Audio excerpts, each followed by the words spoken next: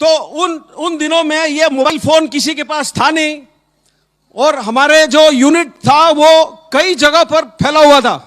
तो मुझे किसी से खबर मिला कि फलाने गांव में 4 उग्रवादी आए हैं। तो मैंने उस कंपनी कमांडर को खबर दिया कि फलाना गांव 4 उग्रवादी गो। ये सिर्फ प्लान था जाने का। ऑपरेशन लॉन्च हुआ। तजुर्बे से पता लगता है कि आज ऑपरेशन में कुछ गड़बड़ हो सकता है। तो मैंने उस वक्त हमारे यूनिट में जो डॉक्टर साहब थे उनको भेजा है, जो पलटन का एक घातक टोली होता है, सबसे तगड़े जवान। उन जवानों के साथ मैंने डॉक्टर साहब को भिजाया। अभी हमारे डॉक्टर साहब के बारे में एक बात, उनके हमारे पलटन में आए 5 दिन हुए थे। बिल्कुल नए थे, कच्चे थे, कमजोर थे, थोड़े मोटे थे, थोड़े डरे हुए से थे। वो ऐसे रहते थे दिन भर क्योंकि डर था उनको। डर इसलिए था क्योंकि उनके साथ जो 6 जवान गए थे वो सब सिर्फ हिंदी बोलते थे। डॉक्टर साहब मेरी तरह मद्रासी थे, वो या तो सिर्फ कन्नड़ बोलते थे या तो इंग्लिश। हमारे जवान सिर्फ हिंदी बोलते थे। तो डॉक्टर साहब को डर था। दूसरा, जो मेरा मौजूदा पोजीशन था, वहां से जिस गांव में उग्रवादी थे 6 घंटे का पैदल का रास्ता था। हमें पहाड़ी के नीचे उतरना था, दूसरा पहाड़ी चढ़ना था, पहाड़ी फिर उतरना था, एक छोटा नदी पार करना था और फिर आधे रिज के ऊपर गांव का फैलाव था। 6 घंटे लगते थे। तकरीबन 4:30 बजे मुझे खबर लगा और वो खबर किसी भी लीडर को इससे ज्यादा दुख वाला खबर हो ही नहीं सकता है। खबर मुझे यह लगा कि साहब बंदे को गोली लग गई है। क्यों खराब लगता है? जो लीडर लायक है, जब उसके टीम में या उसके टोली में किसी को चोट लगता है या कोई घायल होता है, तो मेरे परिभाषा में वो लीडरशिप का फेलियर है। मुझे ये रैंक क्यों प्राप्त है? मुझे ये ओहदा क्यों प्राप्त है? आपको क्लास का मॉनिटर क्यों बनाया गया है? ताकि आप क्लास को, आप स्कूल को, पाठशाला का देखभाल कर सके। अगर मेरे नेतृत्व के दौरान और मेरे नेतृत्व में कोई शहीद या घायल होता है तो हो सकता है वो मेरी लापरवाही हो, और वो लापरवाही फेलियर है। तो मुझे खबर लगा कि साहब बंदे को गोली लग गई है। मैंने हमारा जो क्विक रिएक्शन टीम होता है, QRT जो बोलते हैं, उसको लेकर के भाग के निकला वहां से। 9:30 बजे डॉक्टर साहब का हमारा जो रेडियो सेट होता है उसके ऊपर एक छोटा सा मैसेज आया कि साहब अंधेरा है, मुझे डर लग रहा है। अब आप लोग बोलोगे डर किस बात का लगता है? डर अंधेरे का लगता है। डर इस बात का लगता है कि आप जा रहे हो ऐसे इलाके में जहां पर बाकी जवानों को आप जानते नहीं हो। डर इस बात का लगता है कि शायद आप उस काम के काबिल ना हो जिसके लिए आपको भेजा गया है। डर उस बात का लगता है कि कहीं से गोली ना आए और मुझे ना लगे। डर इन बातों का लगता है। डर इस बात का लगता है कि मैं पलटन का डॉक्टर हूं, ये मेरे पलटन में पहला हफ्ता है। अगर कोई जवान शहीद हो गया है तो हो सकता है मेरी गलती हो। डर इन बातों का लगता है। तो मैंने डॉक्टर साहब को उस वक्त खींच के डांट मारा है, क्योंकि डर का कोई जगह हमारे जिंदगी में या आपके जिंदगी में नहीं होना चाहिए।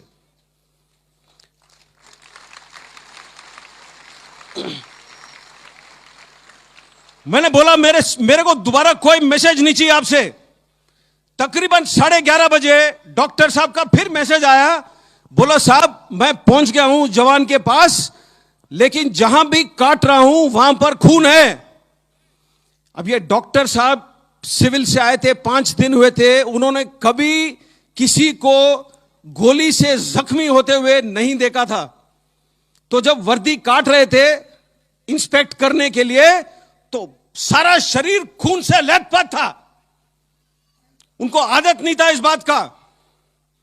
तो उन्होंने बोला साहब पूरा खून है, मुझे डर लग रहा है। तो मैंने उस टाइम खींच के मारा डांट और बोला डॉक्टर साहब आपका काम सिर्फ और सिर्फ हमें जिंदा रखना है, बस।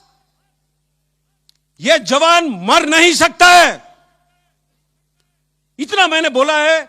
और 5 मिनट के अंदर मैं भी डॉक्टर साहब के पास पहुंच गया। जैसे मैं डॉक्टर साहब के पास पहुंचा है, ट्रर करके आवाज आया। AK-47 का फायरिंग का आवाज ऐसे ही होता है। आपको मालूम होना चाहिए कि मुझे 5 बार गोली लग चुका है। मैं अभी भी खड़ा हूं आपके सामने, स्टेज से कूद के भी आ सकता हूं, आपके साथ पीटी भी कर सकता हूं।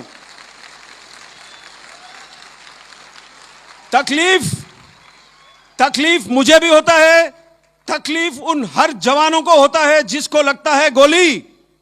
लेकिन मैंने बोला एक चीज है जो विज्ञान से ताकतवर है, दिल। उस दिल से चलता है यह फौज, और इस फौज से चलती है यह देश। तो यह याद रखना है आपने।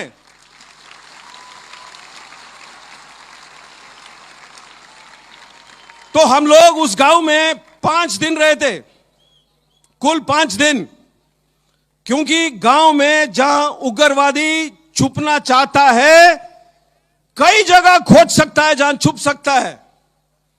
तो हर घर, हर कमरा, हर वो खेत, हर वो ट्यूबवेल, हर वो स्टोर हाउस, हर वो गोदाम, हर वो जगह ढूंढ ढूंढ के हमें 5 दिन लग गए थे। और इस 5 दिनों के दौरान 5 हमें अलग अलग जगह पर उग्रवादी मिले। दूसरा दिन सुबह एक हेलीकॉप्टर आया था, और जो हमारा जवान जो घायल हुआ था उसको लेकर के अस्पताल चला गया। छठे दिन हम लोग वापस आए, और सबसे पहला सवाल मैंने जो ओहदेदार से पूछा कि साहब बंदा कैसा है, तो जवाब मुझे यह मिला कि साहब 2 दिन से अस्पताल से बात हो नहीं पाया है। मेरे परिभाषा में और आपके परिभाषा में कोई बहाना देना मंजूर नहीं होना चाहिए। अच्छे नागरिक वो होते हैं जो सुझाव ढूंढते हैं, जो मसले को हल करते हैं। लेकिन उसने बोला कि साहब 2 दिन से बात नहीं हुआ है। मैंने मरा भाई डांट। ताज्जुब होगा, जब डांट भी अच्छी लगती है साला टेलीफोन भी चलना लगता है। तो टेलीफोन चला, मैंने अस्पताल से बात किया है। अस्पताल में जब आईसीयू से कनेक्ट हुआ, अस्पताल में जो नर्स ड्यूटी पर थी उसने यह बात मुझे बताई, मैं आपको बताना भूल गया। जब हमारा बंदा अस्पताल ले जाया गया हेलीकॉप्टर के अंदर, उसके पेट के अंदर के हिस्से, जो स्टमक है, जो इंटेस्टाइन है, वो पॉलिथीन बैग में साथ डाला गया। पॉलिथीन बैग में हेलीकॉप्टर के अंदर उसके साथ। तो उसको चोट इस प्रकार से आई, जो नर्स ने मुझे बयान किया था, मैं आपको बताता हूं। ये 2003 की बात है, 16 साल हो गए पूरे, 17 होने को आ रहे हैं। उसने नर्स ने बोला कि साहब उसके जो लेफ्ट वाला फीमर है, जो फीमर होता है, जो थाई का सबसे बड़ा हड्डी होता है शरीर का, वो 2 जगह पर फ्रैगमेंट हो गया। फ्रैगमेंट का मतलब क्या है? जो पेंसिल है जब आप तोड़ते हो तो 2 हिस्सों में टूटता है। फ्रैगमेंट का मतलब ऐसे, जो पेंसिल अगर 8 या 10 हिस्सों में टूटे वो फ्रैगमेंट है। तो उसका ये जो थाई बोन था 2 जगह पर फ्रैगमेंट हो गया था। इसीलिए डॉक्टर साहब जहां भी काट रहे थे उनको नजर आ रहा था खून। ज्यादा से ज्यादा गोली उसको लगी बाएं हाथ पर। क्यों? जो बुलेट प्रूफ जैकेट है जो हम पहनते हैं, वो सामने होता है पट्टी, लोहे का चादर, पीछे होता है लोहे का चादर। एक पतला चादर होता है पेट के लिए, एक पतला होता है गर्दन के लिए। ऊपर और साइड में खुला है। गोलियां लगे उसको साइड में, अगर आपने गोली नहीं देखा है आज तक तो मैं आपको बताता हूं, पेंसिल दिखाओ, अपना पेन दो, वेरी गुड। जो गोली का आगे वाला हिस्सा होता है इतना ही होता है और इतना ही पतला होता है। जब गोली लगता है बंदे को और बंदा पड़ा हुआ दिखता है आपको, अगर आप खोजोगे कई बार आपको गोली के निशान नजर नहीं आएंगे। लेकिन प्रॉब्लम क्या है, जब गोली 2 या 3 लगते हैं एक साथ, शरीर से सीधी लाइन में नहीं गुजरते हैं।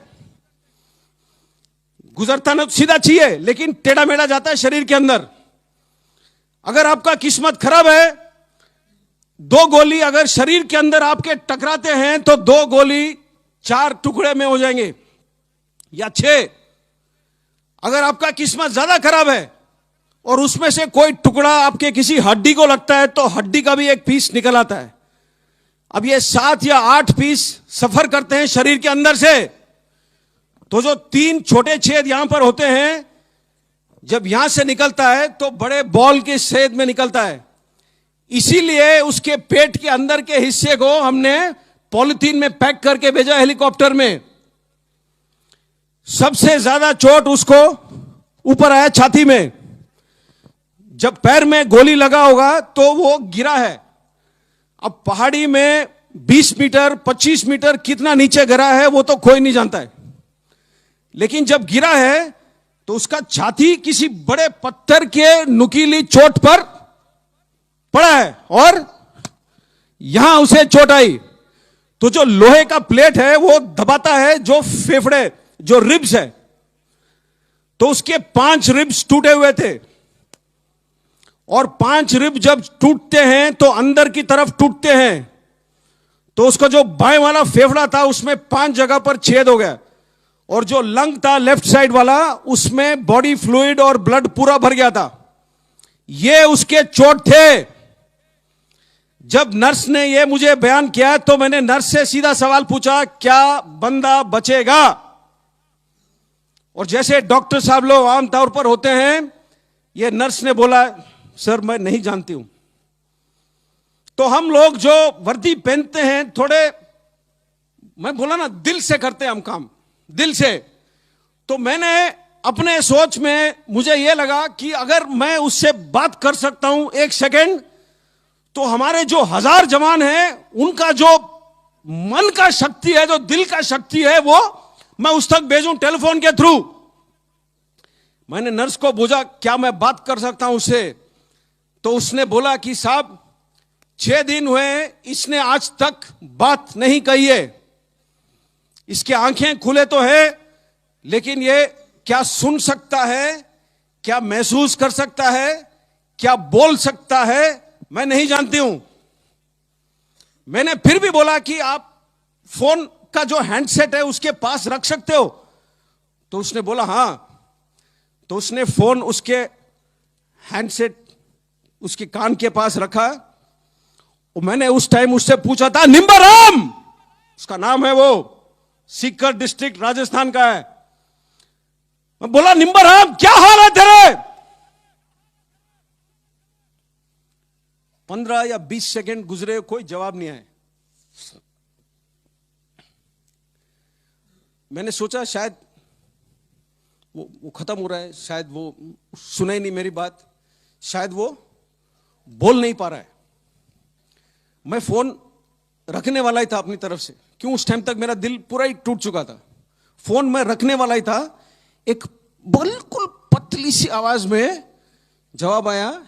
इतना चोट खाने के बाद बिस्तरे पे पड़ा हुआ है जवान पतला सा आवाज में बोलता है मेरे से कि साहब पेट में थोड़ी सी तकलीफ है। और फिर बाद में बोलता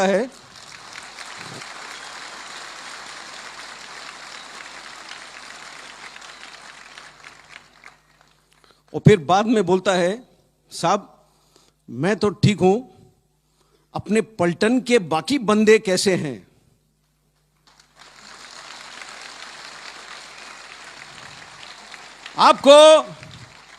आपको कहानी सुनना है तो कहानी ऐसे सुनो। कहानी सुनाना है तो कहानी ऐसे सुनाओ। जो जवान खुद मृत्यु के दरवाजे पर खड़ा है, वो मृत्यु के आंखों में आंख डाल करके खड़ा है उस वक्त, और वो सिर्फ सोच रहा है अपने टोली में बाकी बंदों के बारे में। यह होता है सेल्फलेसनेस, यह होता है किसी और को त्याग करने का काबिलियत। अगर आज के तारीख पे तिरंगा लहराता है गर्व से हवा में, ऐसे लोगों के वजह से लहराता है। यही वो सांस है जिससे यह देश जीता है, और इसी जवानों के वजह से मैं हमेशा कहता हूं, मुझे 5000 जन्म दे दो, मैं दोबारा यही वर्दी पहनूंगा।